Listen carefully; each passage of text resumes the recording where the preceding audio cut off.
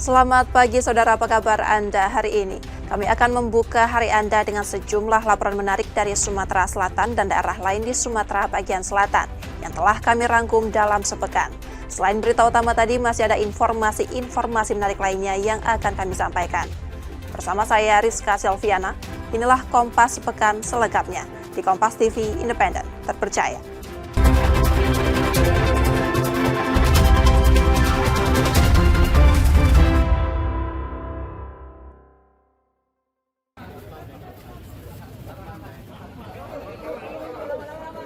Seorang tokoh masyarakat Palembang sekaligus terdakwa kasus dugaan korupsi pemalsuan surat hak guna usaha proyek Jalan Tol Betung Tempino Jambi, Kemas Abdul Halim Ali atau Haji Alim meninggal dunia.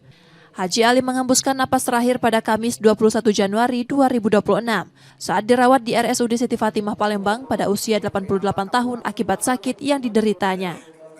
Kepada penyidik, penuntut umum maupun majelis hakim, ini adalah kondisi faktual dan ini menjadi catatan penting bagi kita bersama bahwa keterangan-keterangan medis itu seharusnya menjadi pertimbangan dalam proses penegakan hukum kita.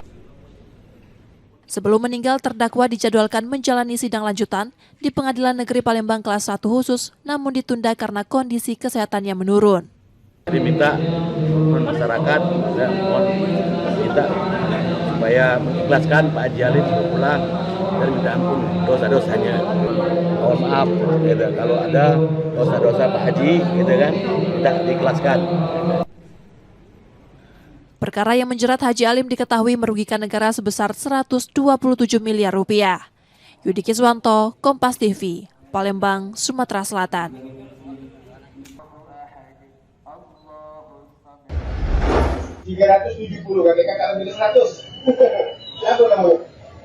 Rekaman kamera pengawas memperlihatkan momen penjaga toko pempek di Ilir Barat 1 Palembang menyerahkan sejumlah uang pada seorang pria berhelm. Pelaku sempat memberikan kunci motor sebagai jaminan, namun kemudian dikembalikan korban. Beberapa menit kemudian setelah pelaku kabur, penjaga toko baru menyadari dirinya menjadi korban dugaan hipnotis. Saat kejadian, korban yang sendirian didatangi pelaku dengan alasan meminjam uang untuk membeli bahan bakar. Pelaku lalu melemparkan kunci motor ke arah korban. Akibat kejadian tersebut, uang ratusan ribu rupiah hasil penjualan pempek hilang. Nah, untuk cerita kejadian itu saya kan nggak ingat sama sekali. Tapi yang saya dengar dari aluran suara dari CCTV, si pelaku ini pinjam duit 370.000 dengan alasan mau beli bensin motor. Nah, di situ si pelaku kasih jaminan kunci sepeda motor untuk biar saya percaya gitu kan. Terus setelah saya kasih duit 370.000, si pelaku ini ambil kunci lagi dari saya kan, saya sendiri yang ngasihnya. Terus setelah duitnya saya kasih, kuncinya sudah saya kasih, saya ikutin si pelaku itu sampai ke jalan situ. Terus dia pergi dengan cepat. Nah, dari situ saya baru baru sadar. Terus saya balik lagi ke meja kasir, saya cek duit, terus duit di meja kasir tidak ada lagi. Korban bersama pemilik toko melaporkan peristiwa itu ke kepolisian dengan rekaman CCTV sebagai barang bukti. Reski Oktora, Muklas Diferensial, Kompas TV, Palembang, Sumatera Selatan.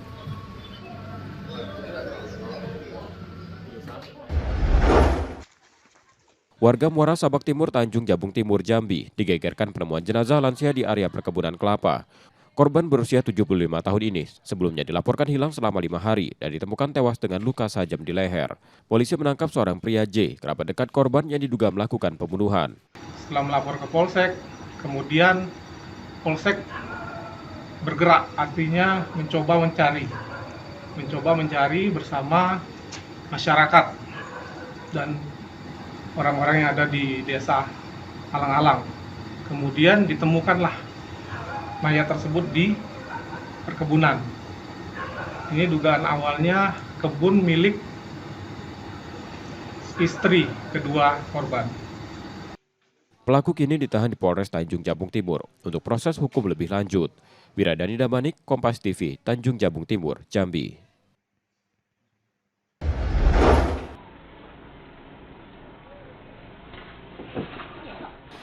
Rekaman CCTV memperlihatkan seorang pemuda menyerang pedagang dengan senjata tajam di pasar tradisional Sarinongko, Pringsewu, Lampung.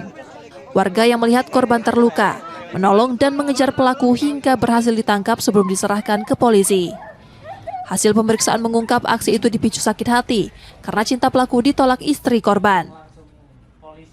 Sendiri ditolak, tidak diladeni, sehingga dia tertarik dan pada saat disuruh untuk tidak datang lagi ke tempat dagangnya si korban, dia malah emosi. Jadi motifnya jadi cinta sepihak. Jadi si korban saat itu hanya mengalami satu tusukan, teman bertepat di leher sebelah kiri. Dan saat itu sudah kita bawa korban ke rumah sakit, dilakukan pengobatan secara medis. Tersangka melakukan perbuatannya, dia keluar dikejar oleh korban sendiri dan beberapa karyawan. Karena melihat situasi si korban berdarah, akhirnya massa berkumpul. Mendapatkan informasi tersebut, kita langsung ke TKP untuk mengamankan si korban dan menelerai massa. Karena perbuatannya, pelaku dijerat pasal penganiayaan berat dengan ancaman hukuman maksimal 8 tahun penjara. Tim Liputan Kompas TV, Pringsewu, Lampung.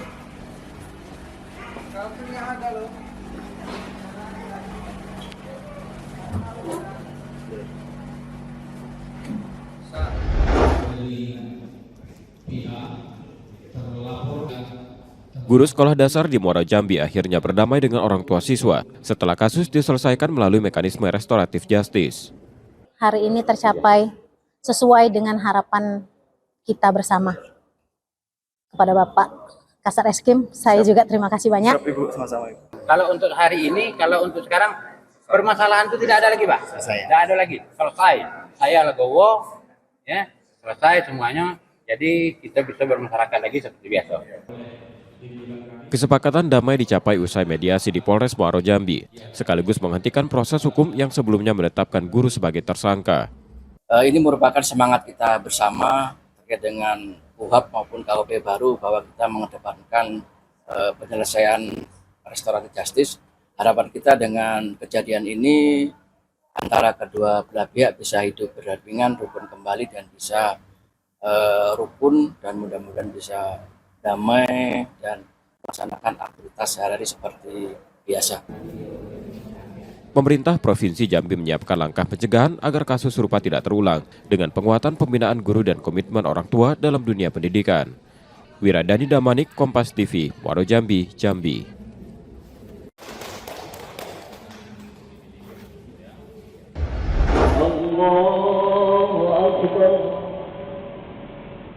Rekaman CCTV memperlihatkan aksi pencurian sepeda motor di halaman sebuah masjid di Kota Bengkulu. Pelaku beraksi seorang diri dengan merusak kunci stang, memanfaatkan momen jemaah menunaikan sholat Isya.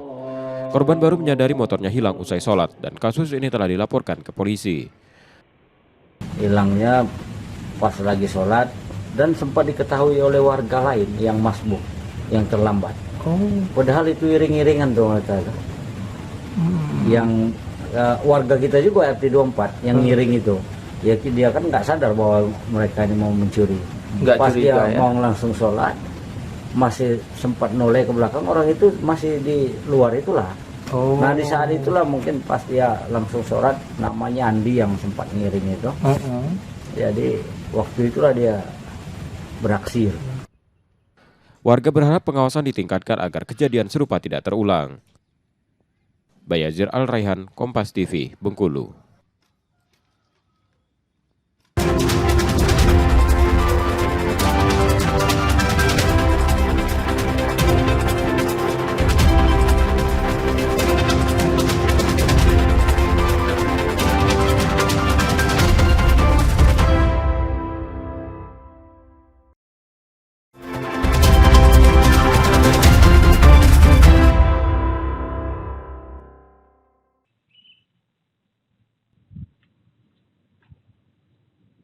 Rekaman CCTV memperlihatkan seorang pria berpakaian rapi, berjalan kaki di Jalan Subur, Enggal, Bandar Lampung. Pelaku sempat berbalik arah saat melihat sepeda motor terparkir di teras rumah warga.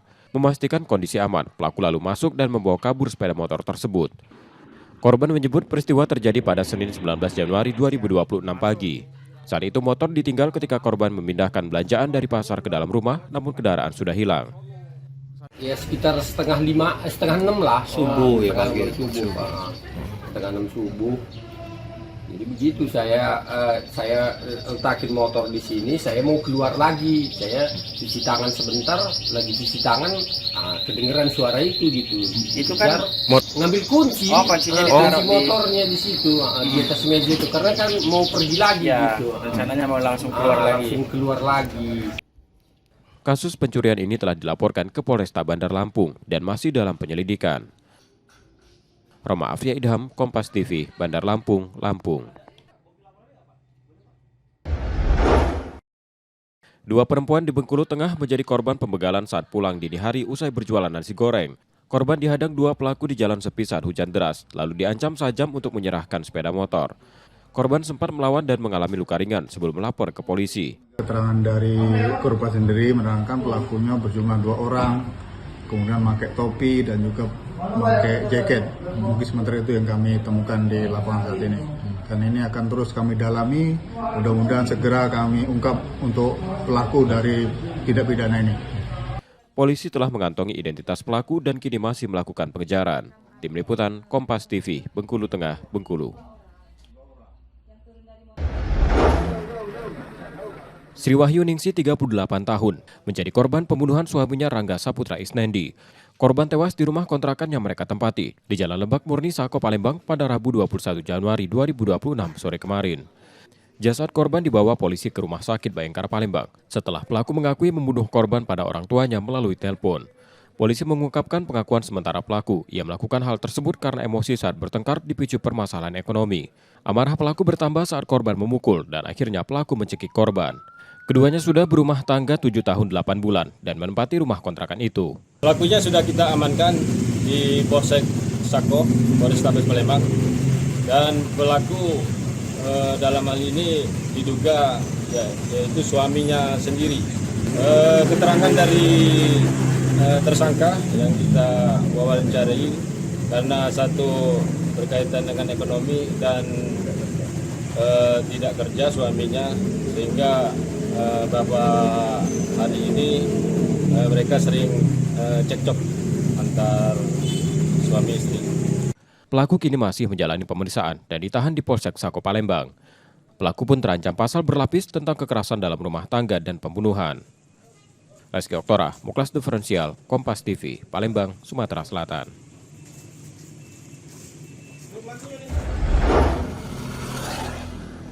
Pengaturan lalu lintas truk bertonnase besar masih menjadi perhatian pemerintah Kota Palembang. Kebijakan ini dinilai penting untuk menjaga kelancaran arus kendaraan dan keselamatan pengguna jalan. Pemkot Palembang menyebut penataan truk bertonnase besar membutuhkan koordinasi lintas instansi. Sejumlah opsi telah disiapkan, salah satunya rencana pengembangan aset Pelindo seluas 200 hektar di kawasan Sungai Lais. Jika rencana tersebut terrealisasi, truk bertonnase besar tidak lagi melintasi Pelabuhan Bombaru dan akan dialihkan ke Sungai Lais sehingga kepadatan lalu lintas dalam kota dapat berkurang. Kalau itu memang sudah dibangun, pelabuhan yang ada di Bombaru itu bisa digeser ke sana.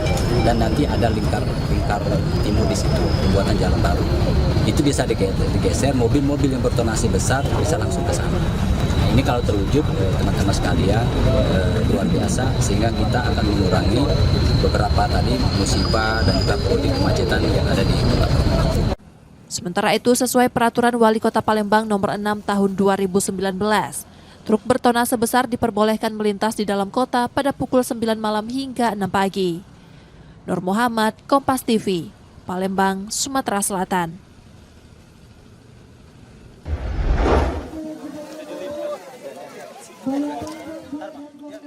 Kodam 21 Raden Inten menggelar tanam padi serentak di Desa Braja Fajar dan Braja Emas, Wai Jepara, Lampung Timur. Penanaman dilakukan di lahan seluas sekitar 500 hektar, menggunakan varietas Inpar 32 dengan target produksi 3.000 hingga 3.500 ton gabah.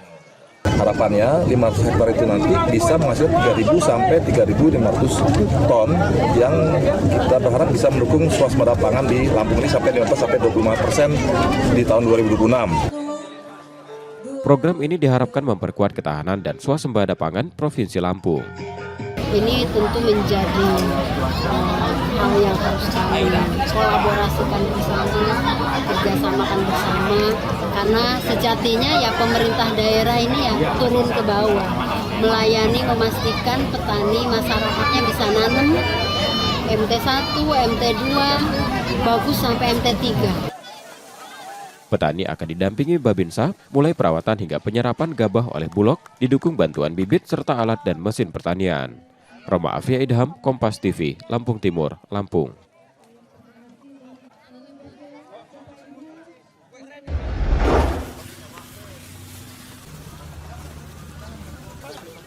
Prajurit Kodam 2 Sriwijaya bersama pemerintah Kota Palembang kembali melakukan pembersihan di Benteng Kuta Besar Palembang pada Jumat 23 Januari 2026 pagi. Pembersihan dilakukan pada sejumlah bastion dari tanaman liar yang tumbuh di struktur bangunan benteng yang dibangun pada 1780 yang diprakarsai Sultan Mahmud Badarudin I. Aksi ini sebagai komitmen Kodam 2 Sriwijaya untuk menjaga salah satu cagar budaya di kota ini sebagai sistem pertahanan masa lalu. Kodam 2 ini selalu berkomitmen untuk menjaga istilahnya objek cagar budaya yang memang itu warisan, dan ini adalah bukti dari sistem pertahanan di masa lalu. Kita membersihkan area-area yang sifatnya ditentukan menjadi objek cagar budaya, yaitu ada bastion, ada termasuk dinding daripada benteng itu sendiri, dari tanaman-tanaman yang memang sudah menjalar atau tumbuh di struktur bangunan, demikian. BKB yang juga menjadi markas militer Kesdam 2 Sriwijaya dilakukan pembersihan menyusul rencana dibuka untuk pengunjung dan wisatawan pada tahun ini. Kita sudah sama-sama antara Pak Wali Kota Palembang dengan Pak Pangdam 2 Sriwijaya sudah sama-sama melakukan kerjasama lah untuk bagaimana kita menjadikan bastion, termasuk sebagian, ada beberapa bagian dari Benteng Kota Besar ini bisa dikunjungi oleh wisatawan ke Kota Palembang. Sektor-sektor yang dibuka untuk pengunjung di benteng ini 3 bastion, sebagai penggambaran dari sejarah Kota Palembang. Langkah sederhana ini diharapkan tumbuh kesadaran pentingnya melindungi nilai masa lalu. Tim Liputan, Kompas TV, Palembang, Sumatera Selatan. Informasi tadi saudara menjadi akhir dari Kompas sepekan hari ini. Saudara, media adalah pilar yang menjaga keseimbangan informasi. Dengan menonton program berita Kompas sepekan, Anda membantu memastikan media terus ada, menyajikan berita yang dapat dipercaya. Kembali kami mengingatkan saudara, bagi Anda yang ingin berbagi informasi atau kritik dan saran, dapat mengakses media sosial kami.